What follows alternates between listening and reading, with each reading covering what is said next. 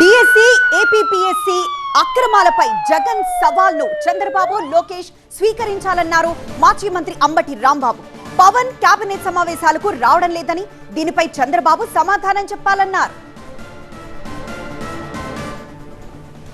పవన్ కళ్యాణ్ గారిని అడుగు, లేకపోతే చంద్రబాబు నాయుడు గారికి ఎందుకు దూరంగా ఉంటున్నాడో, ఎందుకు కేబినెట్ మీటింగ్కు రావడం లేదో, అనారోగ్యంలో రావడం లేదో, లేకపోతే వారిద్దరి మధ్యన ఆరోగ్యకరమైనటువంటి మిత్రత్వం ఏమన్నా దెబ్బతిందో నాకు తెలియదు నాయన.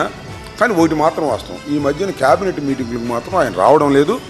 ఎందుకు రావడం లేదని ఆయనన్నా చెప్పాలి, లేకపోతే చంద్రబాబు నాయుడు గారన్నా చెప్పాలి.